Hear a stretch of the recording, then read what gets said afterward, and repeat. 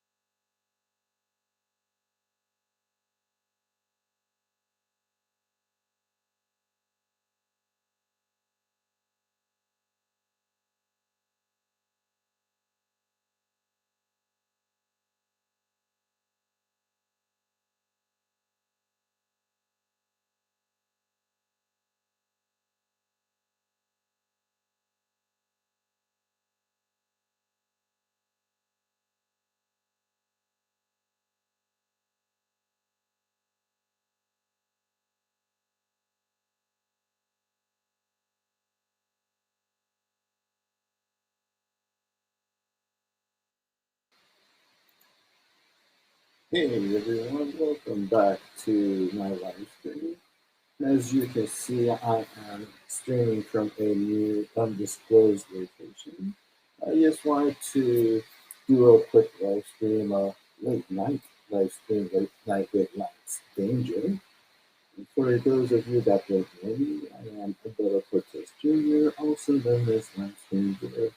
I've been working on webcomics for 15 years now this month. I'm doing it for Peterson, the Mighty Warlord, among other works as well. And thank you for being here tonight. I usually don't stream this late at night. Before, I didn't have the capability to be able to stream at these hours. I'm a bit of a night owl, so I actually prefer doing stuff at this time of night, especially working and whatnot. That's a little too dark. There we go. So a little too dark. Right? This is a new setup, pretty much, so excuse me. And also, if you're seeing this like for the third time on YouTube, I was actually having some technical difficulties.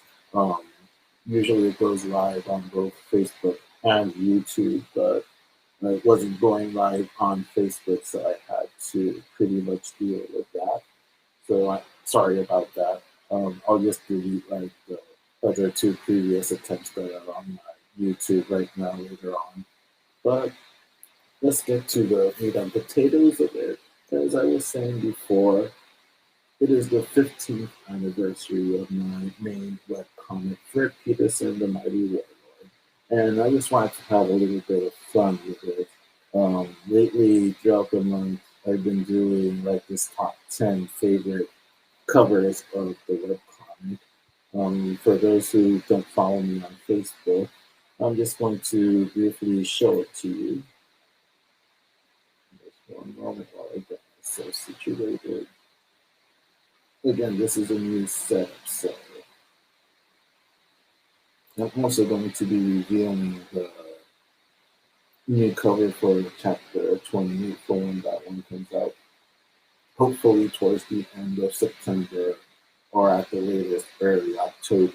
I'm still about midway through chapter 27. As I've stated before, there's been a lot of health things getting in the way. Just a lot of life things getting in the way as well.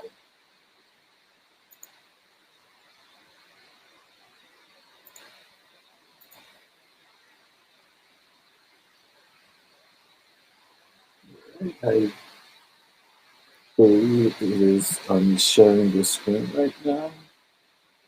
My apologies if it's not. I'm still relatively getting used to doing these things. So forgive me for being a bit of a boomer. Just reading real quick to see if it's actually sharing, which I think it actually isn't.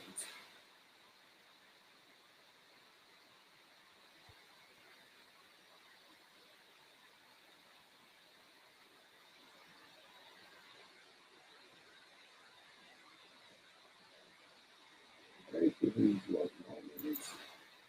Because I think this actually stopped being a feature or something.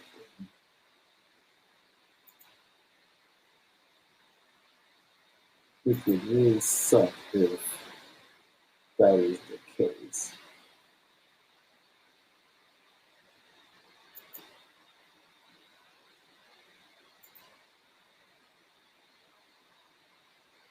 It's supposed to be recording, but it doesn't.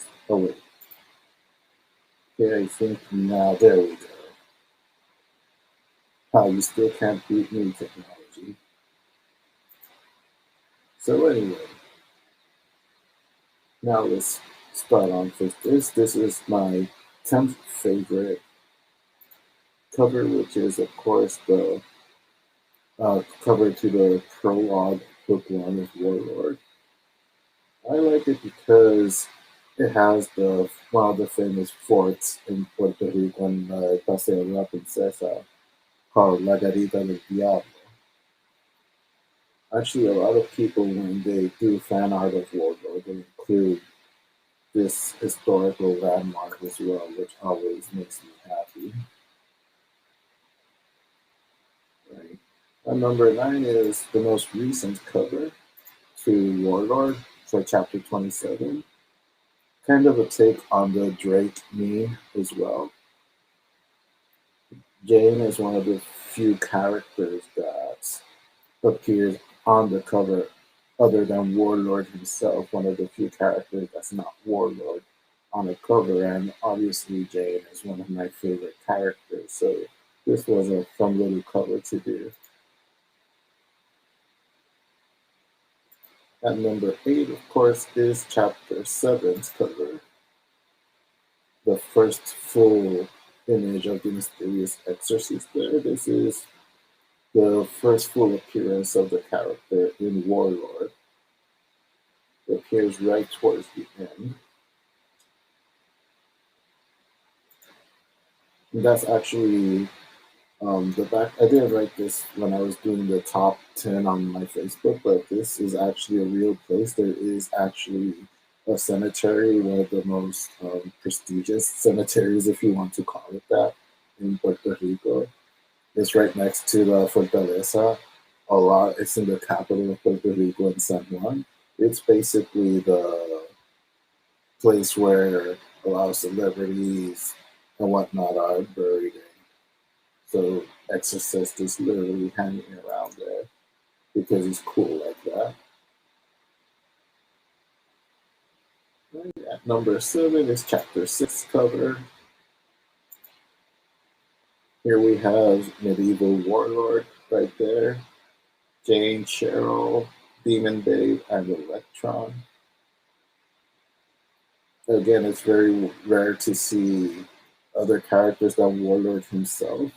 This is the past version of Warlord if you've been keeping up with the story. And this, of course, Jane and Cheryl, the love interest, so to speak. Demon Babe and Electron, who are, of course, villains. Hmm. They want to have a big storyline coming out at the end of the book 2 storyline. Here is number 6, chapter 18. This is actually an homage to a cover from the comic book series from Tom Beelan, True Story, Swear to God. This is the comic book series, not the mini comic that he did. It's a great. If you haven't read that book, I highly suggest you to hunt it down. It's a very excellent true life slice of life story. So if you're into like a autobiographical slice of life kind of stories, that's definitely one of the best ones that there ever was. It definitely helped influence not only Warlord but a lot of my works as well, especially Nevermind. Going down to number 5, chapter 24's cover. I just like how dynamic this cover was. Again, one of the rare occurrences that it's not Warlord on the cover. This is Demon Babe right here. She has turned out to be one of the most popular characters in the comic, which is kind of funny because the few friends of mine that actually read the scripts for the comics long before I started making them, illustrating them at least, she was always one of the standout characters. People just loved Demon Babe.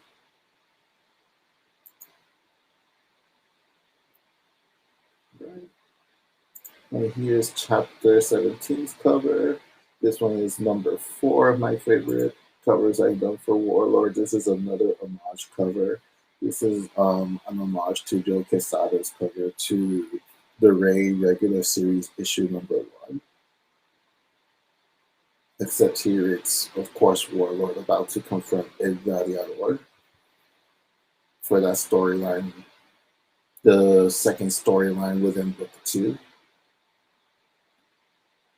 I always really like that cover, even though it's an homage cover.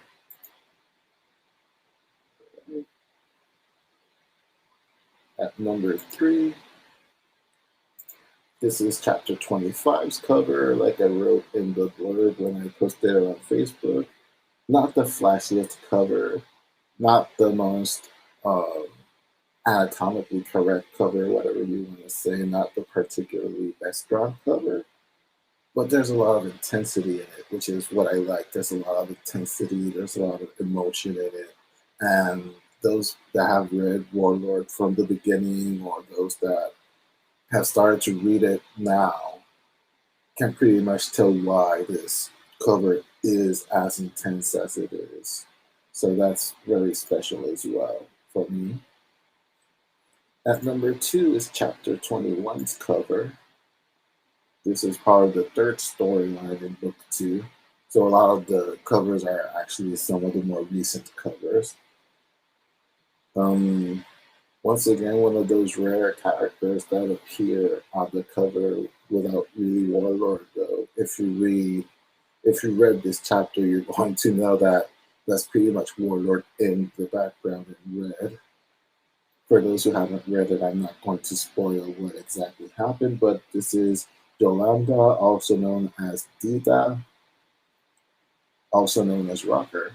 Here showing a lot of emotion as well, and I think that's the covers that I like doing the most, like covers that evoke a lot of emotion and intensity.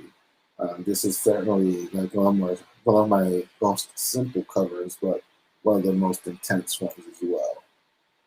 And my all-time favorite cover that I've done for Warlord, of course, is Chapter 11's cover, which is basically the cover for the final chapter of Book One. That whole saga of Book One of chapters 1 through 11. This is an homage cover as well. This is an homage to Mike Parobeck, the incredible Mike Parobeck, rest in peace. One of my biggest influences when I started illustrating. This is an homage to issue number 1 of The Fly when DC Comics had the Impact comic lines of characters that were from the old Archie comic book lines, and they had the rights to do them for a while. So this is the homage cover to my Parabex The Fly issue number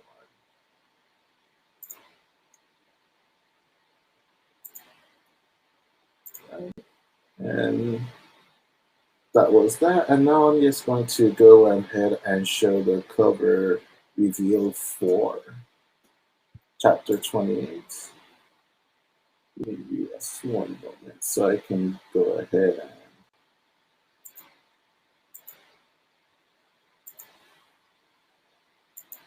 select that.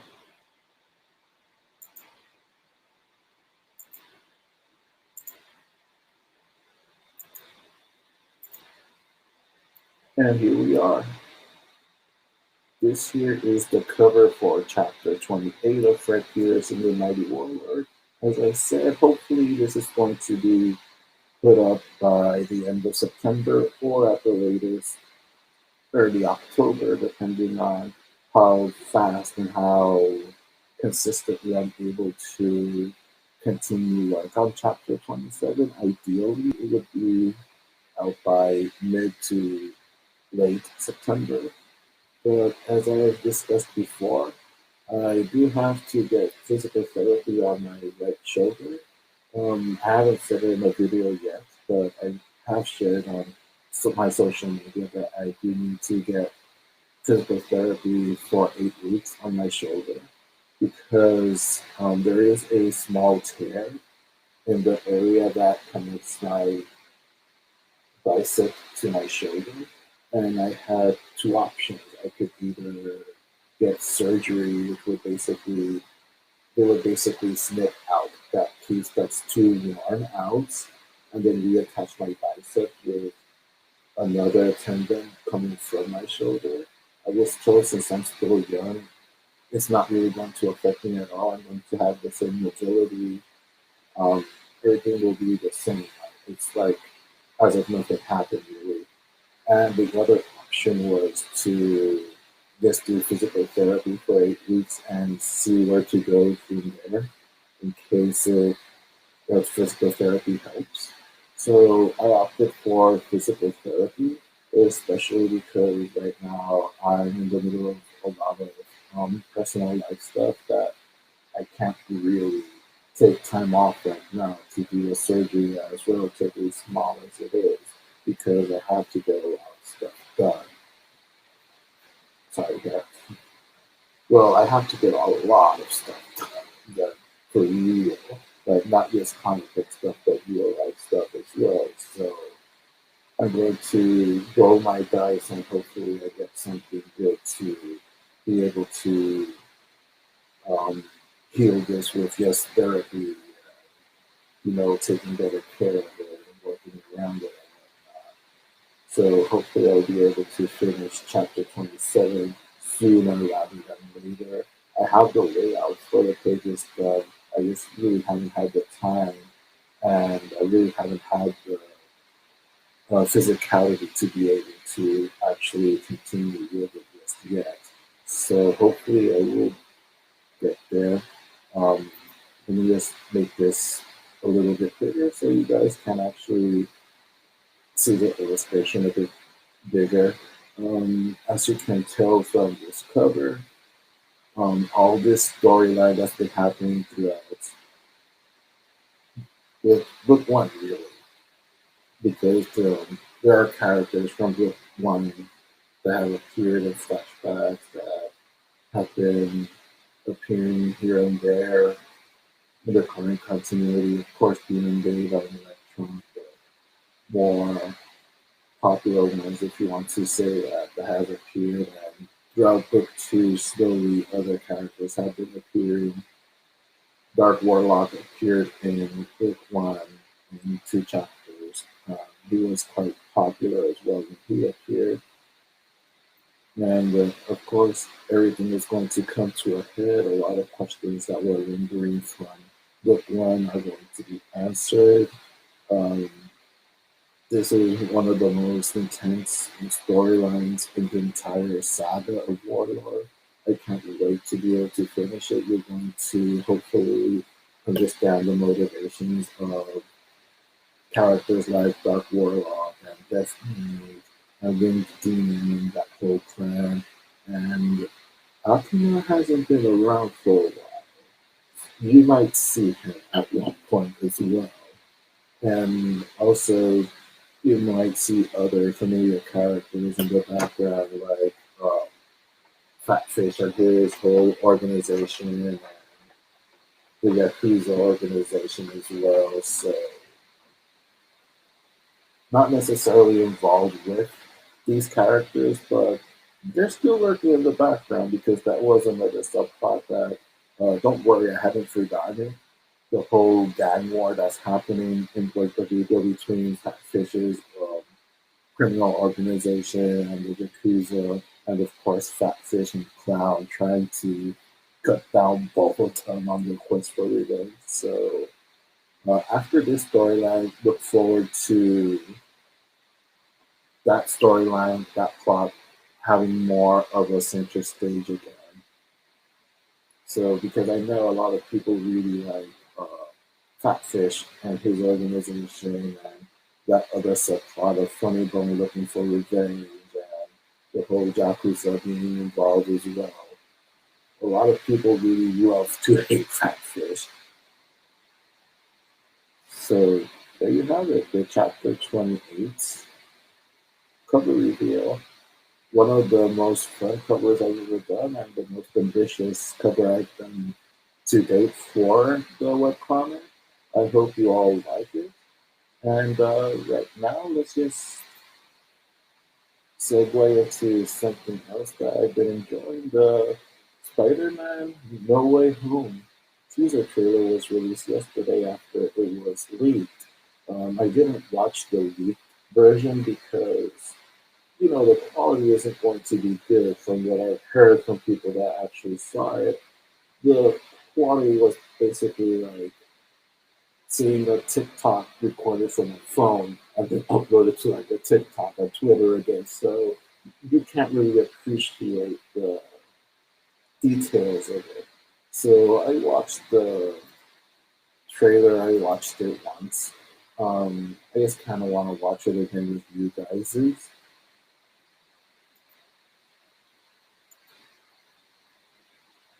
see.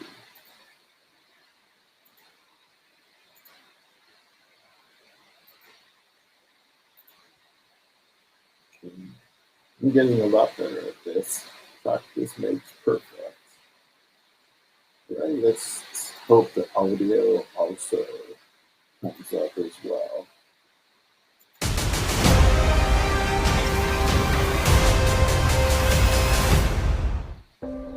Oh, look at this. This is a good one.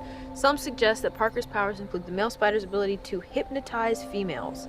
Stop, come on. Yes, my spider lord. Can we just like stay up here all day? It is so crazy down there. That's right, folks. Spider-Man is in fact Peter Parker. Listen, I did not kill Mysterio. The drones did. The drones that are yours. Like, just like some spoilers, I guess. Right here, at this very seeming. The rumors are is that those arms and that outfit is actually Charlie Cox portraying Daredevil. Apparently, he's in the movie as well. I don't know what to say at this point. I really would love for Daredevil Charlie Cox to be in this movie as well. Daredevil is one of my all-time favorite series. It really is. Even if season 2 kind of dropped the ball a little bit, in my personal opinion, and the Defenders also kind of dropped the ball a little bit. But season 3 really, really picked up again. And I loved season 3 almost as much as season 1. And I really wanted a season 4, even though the ending to season 3 was pretty much a good send off if it was going to be the last season of Daredevil. But hopefully there'll be more to come. And it would be interesting to actually see Charlie Cox interact with Tom Holland, Spider-Man, and whatnot as well. Does any part of you feel relieved about all this? What do you mean? Now that everybody knows you don't really have to hide or lie to people. For the record, I never wanted to lie to you. But how do you tell someone that you're Spider-Man? Now everybody knows. But this isn't about me. This is hurting a lot of people. I've just been thinking about how to fix all of this. By the way, I just love how they segue into Doctor Strange with all those like miniature mages or Doctor Strange like light bulbs there in the decoration. That's actually pretty clever. So, Peter, to what do I owe the pleasure? I'm sorry to bother, sir. Please, we saved half the universe together. I think we're beyond you calling me sir. Okay, Steven. That feels weird, but I'll allow it. That was actually kind of funny. Like, I legit laughed when I heard that. Like, Benedict Cumberbatch and Tom Holland seem to have a great chemistry, even in Endgame when they were first introduced to each other. When he introduces himself as Stephen Strange, and he's like, "Oh, we're using our made-up names." That's pretty funny. When Mysterio revealed my identity, my entire life got screwed up. I was wondering if maybe you could make it so that he... Okay, quick thing about Spider-Man Far From Home. I liked the movie, but I was actually kind of disappointed with the tease of the multiverse. You know, I get why they did it. I get why it's a plot point. But I kind of really wanted to see the multiverse at that point, but I guess it was just a small teaser for what was to come. Apparently, WandaVision, Loki, Spider-Man, and Doctor Strange and the Multiverse of Madness are all one continuous story at the scene. So I guess maybe I have to start watching WandaVision and Loki. I haven't watched them just yet. Never did? Strange. Don't cast that spell. It's too dangerous. Fine. I won't. The entire world is about to forget that Peter Parker is Spider-Man. Wait, everyone? Can't some people still know? That's not how the spell works. So MJ's gonna forget about everything we've ever been through? Stop tampering with the spell.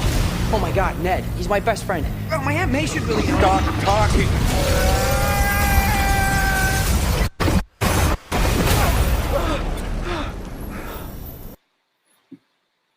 The effects are going to look amazing, I think, when it comes out in the theater. Like, this is probably going to be the best looking Spider-Man movie today.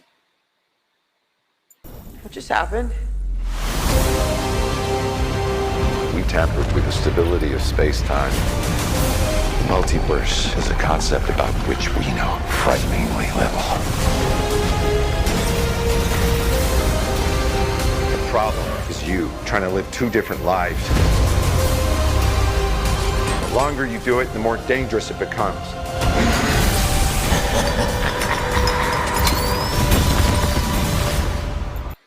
I almost lost it the first time I saw that pumpkin bomb and the small laughter.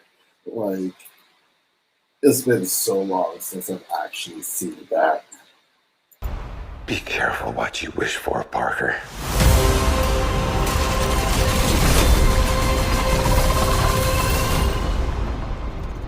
Hello, Peter.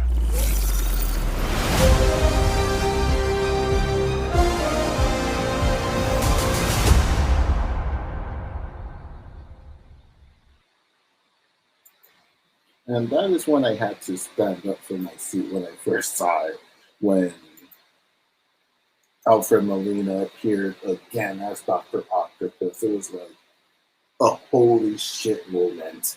It's like mind blowing. Spider-Man 2 is not just one of my all-time favorite superhero movies, it's one of my all-time favorite movies, period. It really is. Like, by today's standard, it's corny. Maybe some things haven't aged as well, but fuck it. It's still one of my favorite movies. What can I say? And it's still one of the standards to achieve in terms of superhero movies as well. You know, I really want to watch all the Spider-Man movies now, even though I wasn't a huge fan of the Amazing Spider-Man movies. Like, sorry. Like, the cameras disagree with me. I think the camera is a big Andrew Garfield fan. But anyway, I've debated before, like, on my Facebook and whatnot.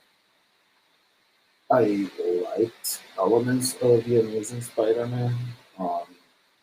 Actually, when I saw the first movie of The Amazing Spider-Man, I kind of liked it about as much as the Sam Raimi, Tobey Maguire first Spider-Man. It was a decent, pretty good origin movie. The problem is that with the Raimi movies, I loved Peter Parker, but Spider-Man could have been, the character itself, I think could have been a bit better. I don't know, like, it wasn't as, I don't know, as funny, I guess, or as snappy, as sarcastic or cynical as Spider-Man could get in the comic book. It was still good. It was still a good Spider-Man. It was definitely better than a lot of the actual comics that came out at the time, which the comics weren't that great, in my opinion, like in the late 90s and whatnot. And in the early 2000s, it was starting to, like, kind of gain some life again. And yeah, for Amazing Spider-Man, it was like the other way around. Like, I really liked the actual Spider-Man, and he was funny, and all the clips he would make and whatnot, and how sarcastic and hardcore he can be. But when it came to Peter Parker, he was an asshole. I did not like Peter Parker at all in Amazing Spider-Man. He really came out as a creep. He came out, like, very unlikable in many scenes of the movie. Really, seriously, it's like, what is his problem? You know, like, I just like Peter Parker so much in Amazing Spider-Man. I actually felt bad for Flash Thompson. Like, when Uncle Ben dies and Flash Thompson goes up to him to, like, offers his condolences, and Peter Parker just grabs him by the cuff of his neck, and he's like, I was just going to say, I'm sorry, dude. It's like, come on, chill, Peter. You know, and the way he would yell at Aunt May, it's like, okay, Twilight, Peter Parker, we get it. You're the Bella of Peter Parker's, I guess. So that, and you know, like the whole Crane dad scene, also with the whole cranes and whatnot, helping Spider-Man to reach the lizard. That was kind of, I don't know how people could, like, bash the Spider-Man dance and emo Peter Parker in Spider-Man 3 and not bash Crane that and the Crane scene in Spider-Man 1. Although to be fair, a lot of people started bashing the Amazing Spider-Man once Amazing Spider-Man 2 came out, and I have to say that probably is the weakest of all the Spider-Man movies. Don't at me. You're not going to convince me that Amazing Spider-Man 2 is not worse than Spider-Man 3.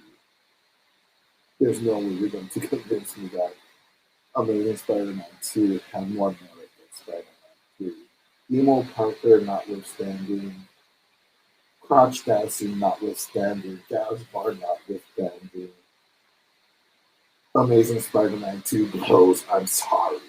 I'm not sorry. Sorry, not sorry. You know, from the Batman Forever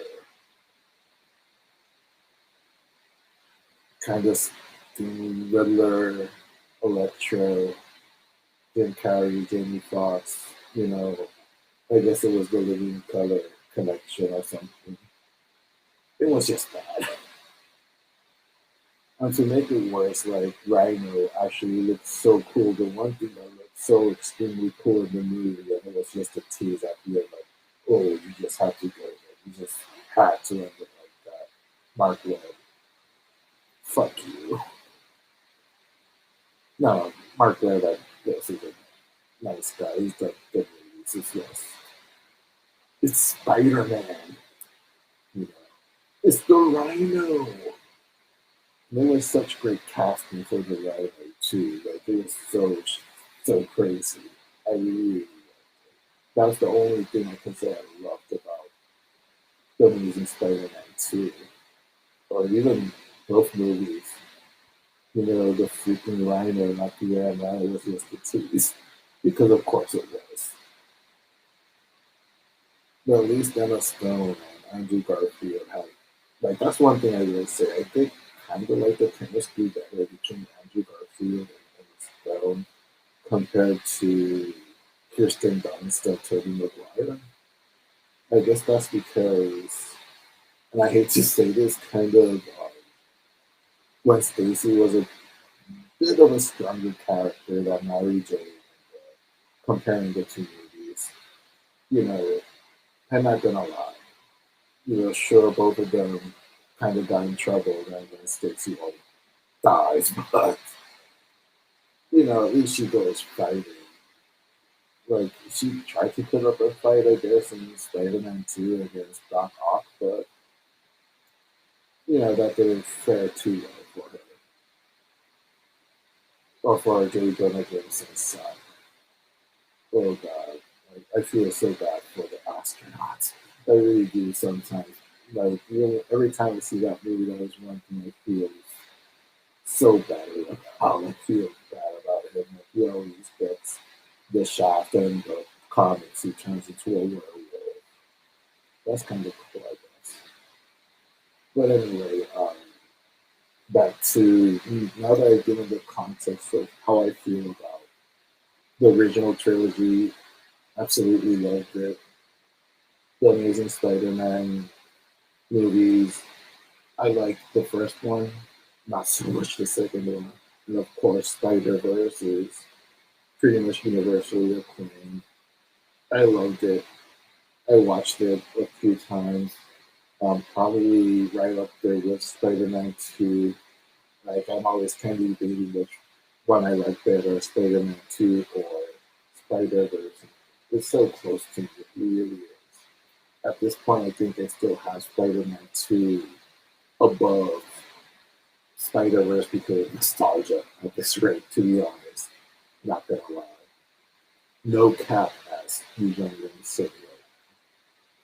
So with that context, and also with the Tom Holland movies, they're serviceable. I like them better than the Amazing Spider-Man movies, but I kind of don't like it as much as the Sam Raimi movies. And I can't quite put my finger on why. Because this movie, like on paper, has all the things that I would love from a Spider-Man movie. Like it has a very likable, goofy Peter Parker, and it has a very funny Spider-Man. And the cast is pretty good, and there's just something about it that I can't play. I don't know if it's the story, I don't know if it's the directing, but I can't quite feel attached to this Spider-Man for some reason, like with the other movies. Because even with the Amazing Spider-Man, like I have these emotions of like, oh, this was okay, or oh, I really didn't like this. With the Homecoming and Far From Home, it was like, okay, it's like perfectly serviceable, I guess. I don't know if I'm going to get hate for that because I know a lot of people absolutely love the Tom Holland Spider-Man. I don't know. I guess maybe it is the story or the directing or whatever. There's always something that kind of doesn't fall straight with me for some reason. I'm sorry. I did like Far From Home a little better than Homecoming. And I am glad that they didn't like retread the Uncle Ben and origin story and whatnot. Like they already did like the brief recap in Captain America pre-Civil War. So at least they didn't have to go through that again, like do another whole movie with the origin, which I appreciated. And if you really look at it, Tony Stark was pretty much the Uncle Ben of this MCU Peter Parker. Especially if you see Far From Home, that's kind of what it is in a sense. Like Tony Stark was that father figure, and that person that passes away that kind of makes him want to be a better hero. And been hearing a lot of rumors for Far From Home that, well, not Far From Home, No Way Home, that a lot of characters are coming back, and at the very least, Dr. Octopus from the Raimi Spider-Verse is pretty much confirmed in this trailer. To what extent? I don't know. I'm not going to put my hopes too high for this movie. I've been trying to not hype myself up for it, so I won't be too disappointed if what I expect doesn't come out in the movie. Hopefully it'll be a good movie. I really like the teaser so far. Yeah, like if they show Andrew Garfield and Tobey Maguire in like the second trailer or like the first full trailer or whatever, I definitely would like to go see the movie in the theaters. Delta variant notwithstanding, I definitely would like to see it in the theaters with Tobey Maguire and Andrew Garfield are involved as well. And yeah, that's pretty much it. That's going to be it for tonight. Hopefully, I'll be able to live stream a little more consistently from this point forward. I missed live streaming.